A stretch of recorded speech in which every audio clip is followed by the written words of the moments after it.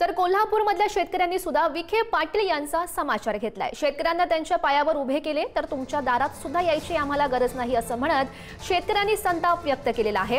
आणि या सगळ्या पार्श्वभूमीवर कोल्हापूरमधल्या शेतकऱ्यांशी बातचीत केली आहे आमचे प्रतिनिधी शेखर पाटील यांनी।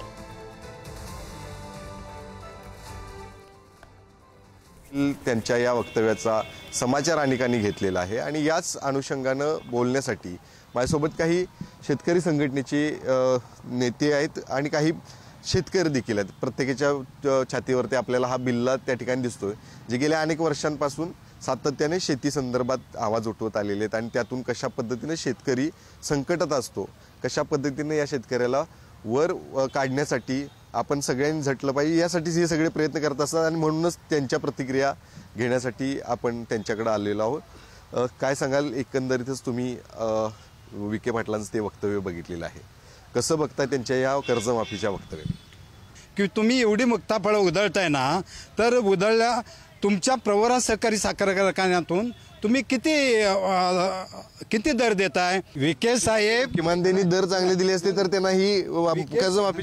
विखे साहेब, मी तुम्हाला सांगू इच्छितो, तुम्ही जर दर दिला असता तर शेतकऱ्यावरही वेळच आली नसती कर्जमाफी मागण्याची। तुम्हाला वास्तविक लाज वाटायला पाहिजे आहे आणि अशी मुक्ताफळं तुम्ही उधळू नका। जवळ निवडणूक आल्यात, कमीत कमी याचं भान ठेवा आणि प्रत्येक मंत्री, अजितदादासारखे मंत्री असतील आणि कोणतरी मंत्री आहेत, हे 66 मंत्री आहेत, ह्या मंत्र्याने जो काय भ्रष्टाचार केला आहे हे जग जाहीर आहे।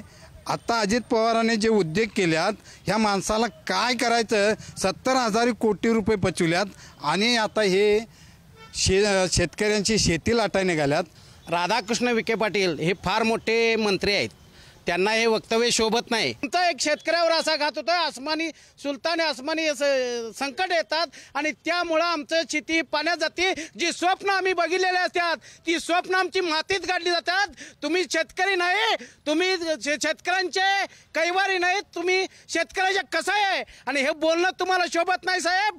जर पुढच्या इलेक्शनमध्ये तुम्ही उभारलात तर शेतकरीच तुम्हाला या ठिकाणी हातात पायतान घेऊन, कोल्हापुरी पायतान घेऊन इसका दाखवणार नाही हे सांगतो। या ठिकाणी पोटतिडीक मांडत असताना बार बार अनेक मंत्र्यांच्या तोंडातनं शेतकऱ्याचा अपमान होतोय। जर नाहीच पिकली शेती तर तुम्ही माती खाणार आहे का, हा खडा सवाल माझा आहे। या मंत्र्यांना जराशी जर लाज असती तर असं वक्तव्य केलं नसतं। एकीकडे मंत्र्यांचे भ्रष्टाचार बघितले गेले, कोट्यावधी रुपये लिहिता येत नाही एवढे कोटीचे भ्रष्टाचार होत आहेत। साहेब म्हणतात तसं भस्म्या झाला यासनी कधी यांची एकदा पोटं भरणार आहेत हे एकदा या मंत्र्यांनी जाहीर करावं आणि मग शेतकऱ्यांच्या बद्दल वक्तव्य करत असताना यांची जीभ कशी काय हे होत नाही, एकदा घसरलेली जीभ यांनी सावरावी वेळीच, नाहीतर यांना योग्य वेळी शेतकरी धडा शिकल्याशिवाय राहणार नाही। तुमच्यामुळे आमची अवस्था ही झाली। तुम्ही जर आम्हाला हमीभाव दिला असता तर आम्हाला कर्ज काढायची गरज वाटली नसती, आम्हीच तुम्हाला कर्ज दिलं असतं आणि तुम्हाला आम्ही पोचलं असतं।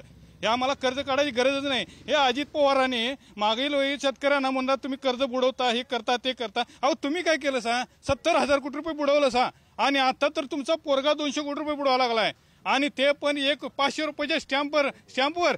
अहो शासनाची किती फसवणूक करता। हेच जर पैसे जर तुम्ही शेतकऱ्याला दिले सा तर काय होईल?